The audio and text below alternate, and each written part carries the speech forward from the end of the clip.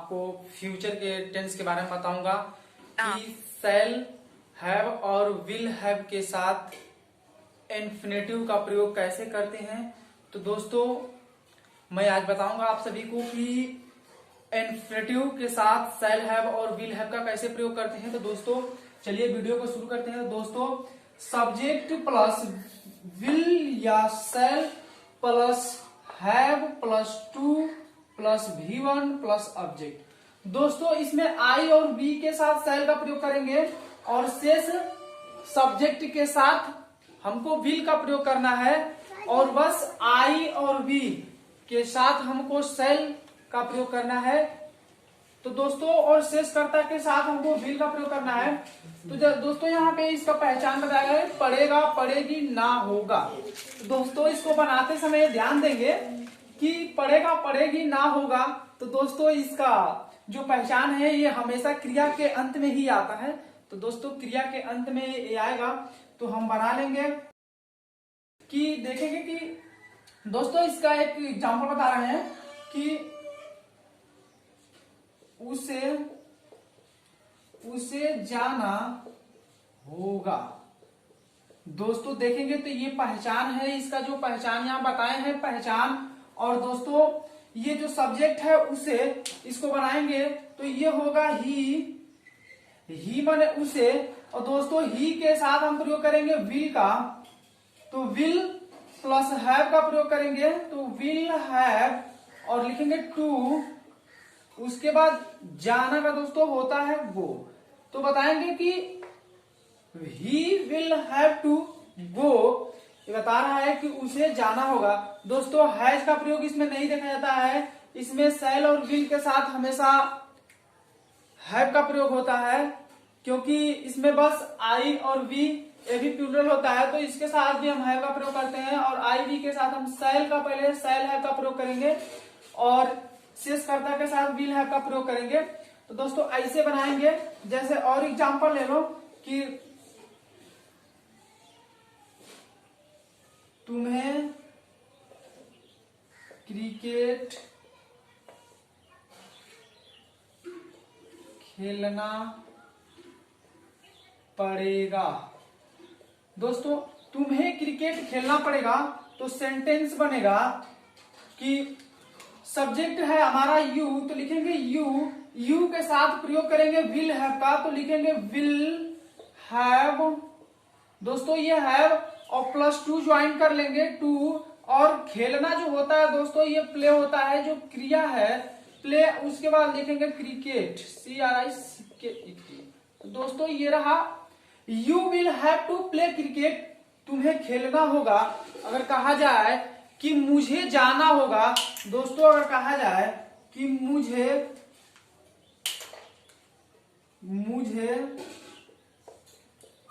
जाना होगा, तो दोस्तों आसानी से इसको बना लेंगे। मुझे जाना होगा तो बोलेंगे आई और आई के साथ हमको प्रयोग करना है शैल का, तो लिखेंगे आई शैल।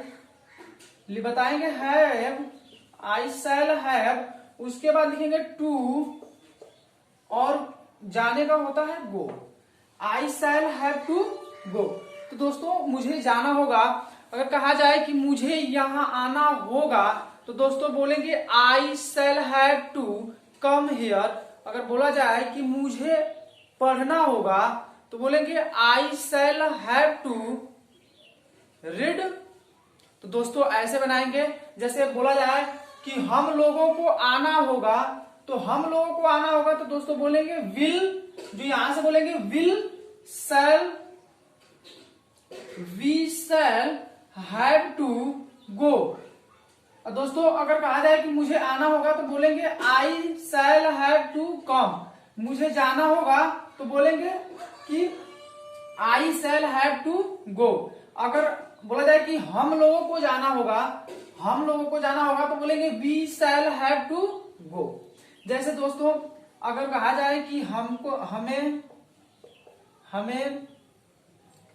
हमें खाना पकाना होगा तो दोस्तों बोलेंगे वी शैल हैव टू। और खाना पकाने का दोस्तों होता है कुक, और खाना का जो होता है फूड। दोस्तों ऐसे बनाएंगे, we shall have to cook food, हमें खाना पकाना होगा। तो दोस्तों ये है हमारा अफर्मेटिव सेंटेंस था। दोस्तों अब हम बताएंगे निगेटिव के बारे में। तो दोस्तों अब हम ले चलते हैं निगेटिव के बारे में बताएंगे। तो चालू हो गया। तो देखो निगेटिव बता रहे हैं, तो निगेटिव सेंटेंस है, बिल्कुल वही नियम रहेगा। तो शैल का प्रयोग हम आई के साथ और वी के साथ करेंगे, जो ये शैल का प्रयोग है, और शेष के साथ ना जो होता है, शेष सब्जेक्ट जो होता है, तो उसके साथ हम प्रयोग करेंगे विल का। उसके बाद नॉट का, उसके बाद प्लस हैव है, उसके बाद टू, और प्लस वर्ब का फर्स्ट फॉर्म प्लस ऑब्जेक्ट दिया गया है यहाँ पे। तो इस तरह प्रयोग करेंगे। जैसे एग्जाम्पल में अगर बोला जाए, जैसे कि राम को जाना पड़ेगा, तो ऐसे, तो ये अफर्मेटिव है, तो अफर्मेटिव को निगेटिव में चेंज करेंगे अभी। तो ये राम को जाना पड़ेगा, तो ये अफर्मेटिव हुआ, तो बनाएंगे कि राम विल, और उसके बाद लगाएंगे हैव, और उसके बाद हैव के बाद प्रयोग करेंगे टू का, उसके बाद गो। अब इसको हम निगेटिव में चेंज करेंगे। तो निगेटिव में चेंज करने का तरीका है कि यहाँ पे नॉट लगेगा, तो बनाएंगे कि राम को नहीं जाना पड़ेगा। तो ये निगेटिव है कि राम को नहीं जाना पड़ेगा, तो हम बनाएंगे, तो लिखेंगे राम विल नॉट, अब उसके बाद लगाएंगे हैव का प्रयोग करेंगे, तो हैव के बाद लिखेंगे टू, अब जाने का जो होता है वो गो होता है, तो लिखेंगे गो। तो बोलेंगे Ram will not have to go, Ram को नहीं जाना पड़ेगा। तो ऐसे हम बना लेंगे। जैसे और सारा एग्जांपल बोलेंगे, तो इसको मिटा कर बता रहे हैं। जैसे और कहा जाए कि तुम्हें क्रिकेट नहीं, कौन है जी, खेलना पड़ेगा, तुम्हें क्रिकेट नहीं खेलना पड़ेगा। तो बनाएंगे यू के साथ प्रयोग करेंगे विल का, तो यू विल, नहीं के लिए लगाएंगे यहाँ पे नॉट, अब उसके बाद प्रयोग करेंगे हैव का, तो यू विल नॉट हैव, उसके बाद प्रयोग करेंगे टू का जो यहाँ पे दिया गया है, और प्लस वर्ब जो दिया गया है यहाँ पे जोड़ लेंगे। तो इसमें जो वर्ब है दिया गया है खेलना, तो लिखेंगे प्ले, और प्ले के बाद ये ऑब्जेक्ट है क्रिकेट, तो यहाँ पे लिख लेंगे क्रिकेट, तो लिखेंगे CRICKET, तो ये हुआ क्रिकेट। तो दोस्तों ऐसे ही हम सेंटेंस बनाएंगे, ठीक है ना? हाँ ऐसे ही बनाएंगे। तो अब इंट्रोगेटिव बताएं? Yes sir. अब इंट्रोगेटिव देखो, तो इंट्रोगेटिव में क्या होता है कि पहले क्या आता है, जैसे एग्जांपल के थ्रू देखो, आता है कि क्या तुम्हें स्कूल जाना पड़ेगा।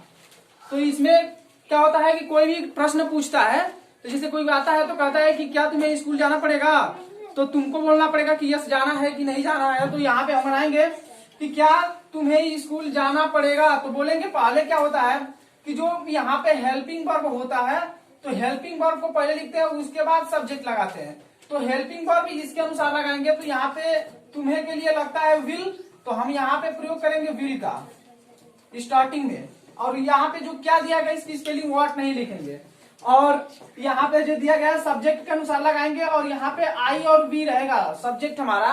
तो आई बी के अनुसार हमेशा हम शैल का प्रयोग करेंगे, और शेषकर्ता के साथ विल का प्रयोग करेंगे।